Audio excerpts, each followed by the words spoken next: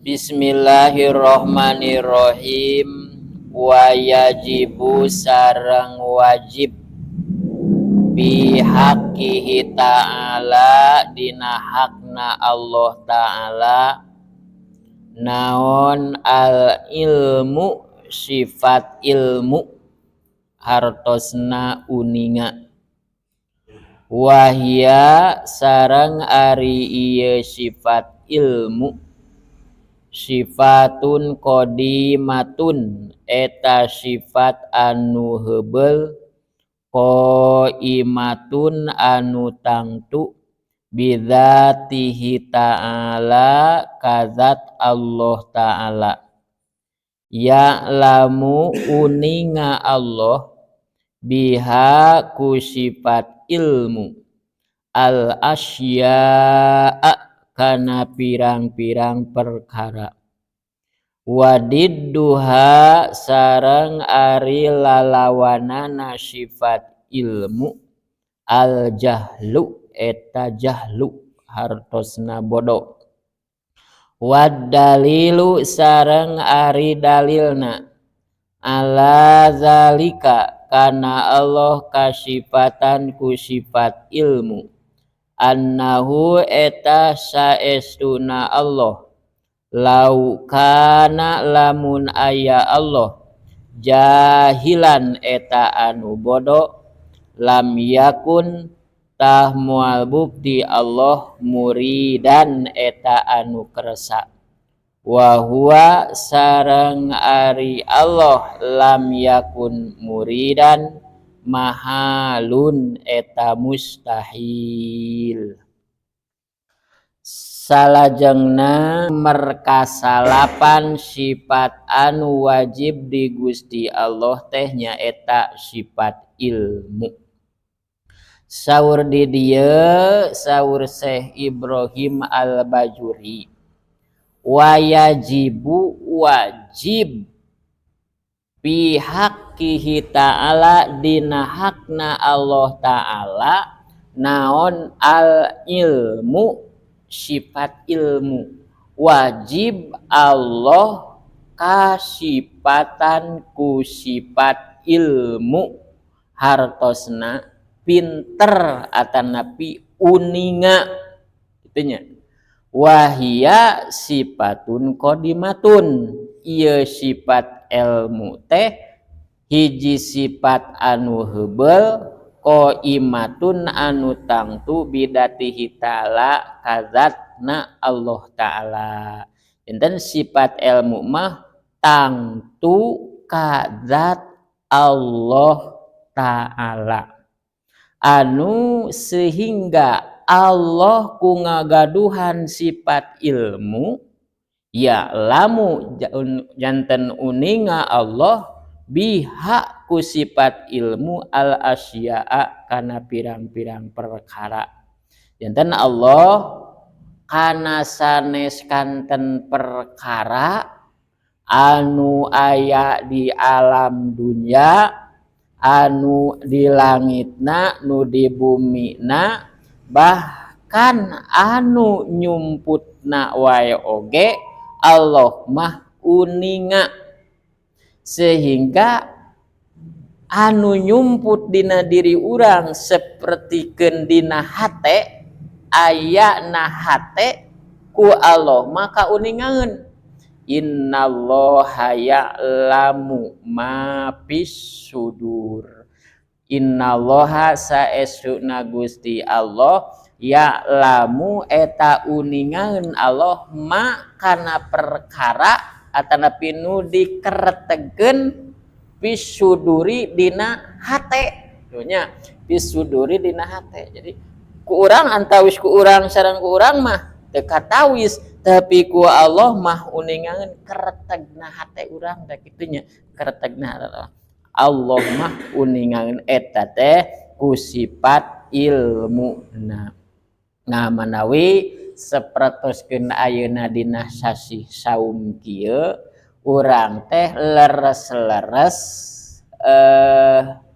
nyepeng kaimanan teh leres-leres naon margina da ari puasa mah lamun urang teu ngemutkeun kana keimanan, lamun teu ngemutkeun kana Allah uninga ka urang sadayana, bisa-bisa saja da teu aya nu apaleun ieu kitu nya, urang ngopi we kitu nya, urang nyesep we di mana di kamar kitu nya, atanapi ulun baheula mah di goa kitu nya, di goa da teu aya anu apaleun ieu. Tapi kan urang mah kitu nya, hatena nu apal teh memang manusia moal apaleun, tapi Allah uningangeun ka urang sadayana. Jadi alhamdulillah wa syukru ala ni'amillah, urang sadayana berarti leres-leres parantos ngancik dina iman dina hate urang sadayana teh jadi iman ka Allah Subhanahu wa taala, nu sehingga urang henteu sanggup rek bocor, henteu sanggup rek ngabohong kitu nya, buka di jero imah. Kan ari jeung jalma mah biasa-biasa saja kitu nya, papanggih jalma duh leuleus jaga anu nya puasa gitu padahal tos ngopi di kamar atau nepi di goa gitu. Tapi ieu makan urang teh hubunganana jeung Allah Subhanahu wa taala itu sanggup kitu urang.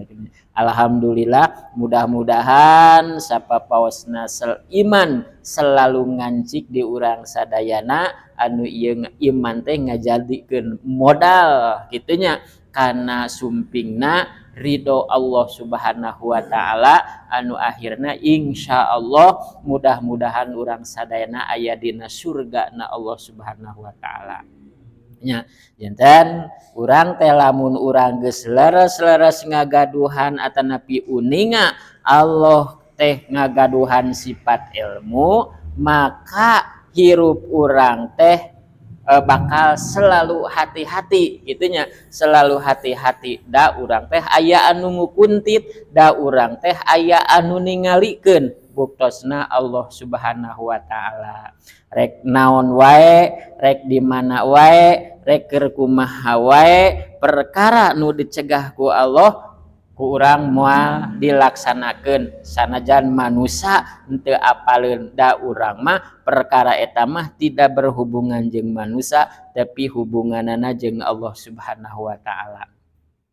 Contona teh kieu, aya hiji murid dua, anu hiji mah dipikanyaah ku guruna teh, anu hiji mah teu dipikanyaah. Maka anu teh dipikanyaah teh sirik kanu dipikanyaah ku guru. Itunya cek anu sirik teh, Ustad atanapi Kang naon bat ari Kang mah kasih anu mah mikanyaah ari ka abi henteu. Itunya ari ka abi henteu, eta mah geus aya dina geus piraku geus aya dina tingkah laku maneh, pangna kuring bisa ngabedakeun antara si A jeung si B,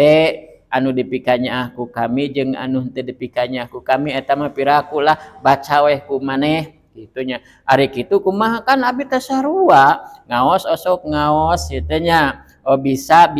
pidato bisa maca kita bisa kan sarua, tapi kenapa akang mah bat nyaahna teh kan nu saurang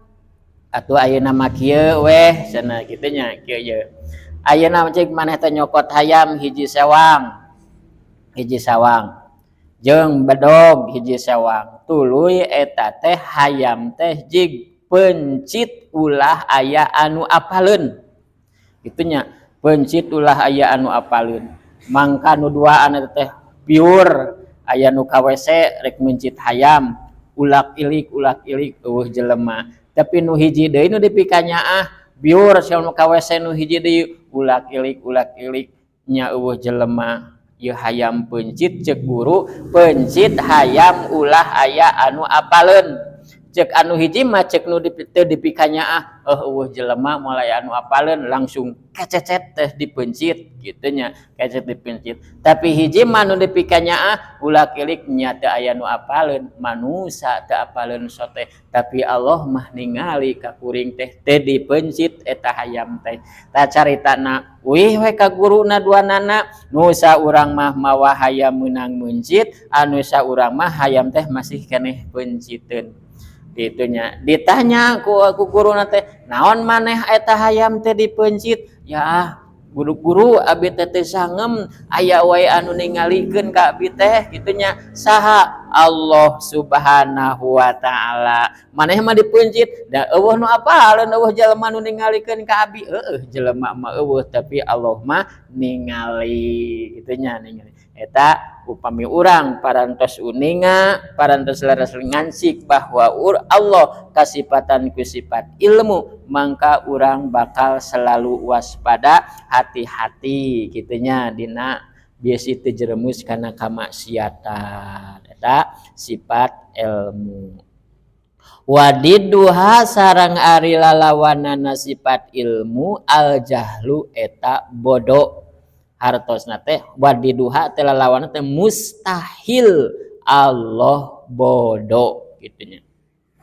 wa dalilu sareng ari dalilna ala zalika kana Allah kasifatan ku sifat ilmu annahu lamun aya Allah laukana eta Allah teh jahilan eta teh bodoh kumaha cenah lamun Allah teh bodoh lam yakun muridan mangka lamun Allah bodoh Allah moal bukti anu kerasa midamel bumi kerasa midamel langit kerasa midamel saeusina